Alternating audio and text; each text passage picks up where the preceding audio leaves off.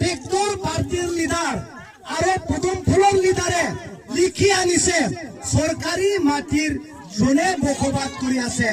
এই সরকারের মাটি সরকারে আদায় দিব লাগিব, নহলে আমি উচ্ছেদ কৰিবলৈ বাধ্য হব বুলি লিখা হৈছে। তার কারণে মই কব ওলাইছো, যোনে ট্রেক্টর আর পদমফুলত দিবলৈ সাজু হৈ আছে তেখেতসকলৰ মাটি উচ্ছেদ হব। উচ্ছেদ হলে আমি ক'ত থাকিব? তার কারণে 1000-ৰ কারণে বা এই অৰুণোদয়ৰ কারণে যদি ট্রেক্টর আদৌ পদমফুলত কোনোবা যদি ভোট দিয়ে আপোনালোকৰ মাটি 2-3 মাহৰ পিছত চৰকাৰৰ হ'ব। তাকে অনুৰোধ কৰিছো, হাগ্ৰামা মহিলাৰে কৈছে য'ত আছে তাতে থাকক।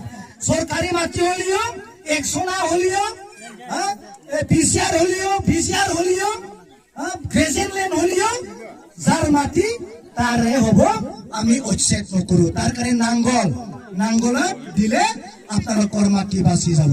কোনো 1000 টাকা মাটি বাঁচিব নোৱাৰে, কোনো অৰুণোদয় পইচা মাটি বাঁচিব নোৱাৰে। Thank you.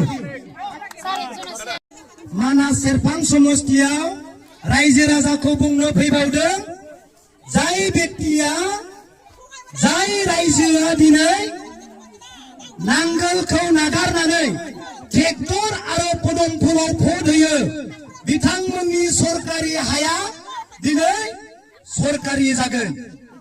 जायफोरनि हाया दिनै पिसिआर ग्रेजिं ल्যান্ড मियादि नङा, बिथांमोननि हाया नांगोलाव होयोबा जेरै दोङो बिदिनो थाफिनगोन। किन्तु जायफोरनि हाया दिनै सरकारि नङा, बिथांमोननि हाखौ दिनै सरकारा लाफिनगोन होननानै बिथांमोना रोखा रोखा उच्ছেদ खालामनांगौ होननानै लिरना हरखाबाय। बे उच्ছেদ खालामनांगौ होननाय सरकारनि लिडारानो जाहैबाय ट्रेक्टर पार्टीनि दैदेनगिरि प्रमद बर', इउसि ब्रह्म आरो आसामनि चिफ मिनिस्टार। बे लिरनायाव रोखा रोखा दङ।